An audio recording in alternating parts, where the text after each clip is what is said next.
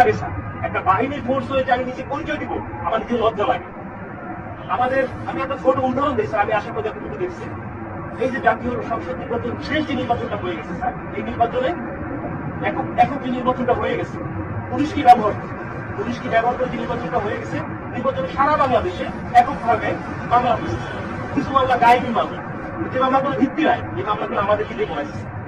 সাধারণ জনগণ যারা আছে, বিএনপি যারা আছে, জামাত, যে কিছু জানেই না, তাদেরকে আমাদের গ্রেফতার করা হয়েছে।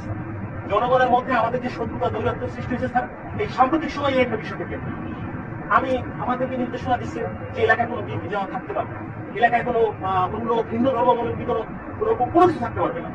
আমার এসপি স্যারকে তো আর মানুষ জানে না যে এটা আমার এসপি স্যারের কমান্ড ছিল, আমার ডিএসি স্যারের কমান্ড ছিল, এটা মানুষ জানে না। মানুষ জানে যে এটা আমি তো সাব ইন্সপেক্টর, আমি এটা করছি।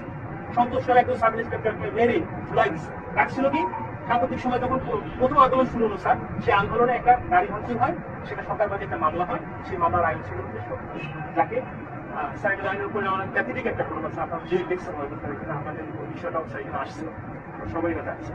তো এরকম স্যার অনেক বিষয় আছে স্যার, আমরা কথা বলার কোনো সুযোগ থাকে না।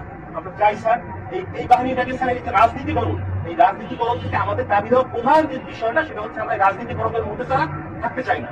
আমাদের স্যার এখানে কর্মবিরতি চলমান আছে স্যার, আমরা কর্মবিরতি দিয়েছি সারা বাংলাদেশে একই অবস্থা। এখানেও স্যার আমরা যখন প্রথম এখানে আসছি, আমাদের ম্যাক্সিমাম সবাই স্যার সিভিল ছিল।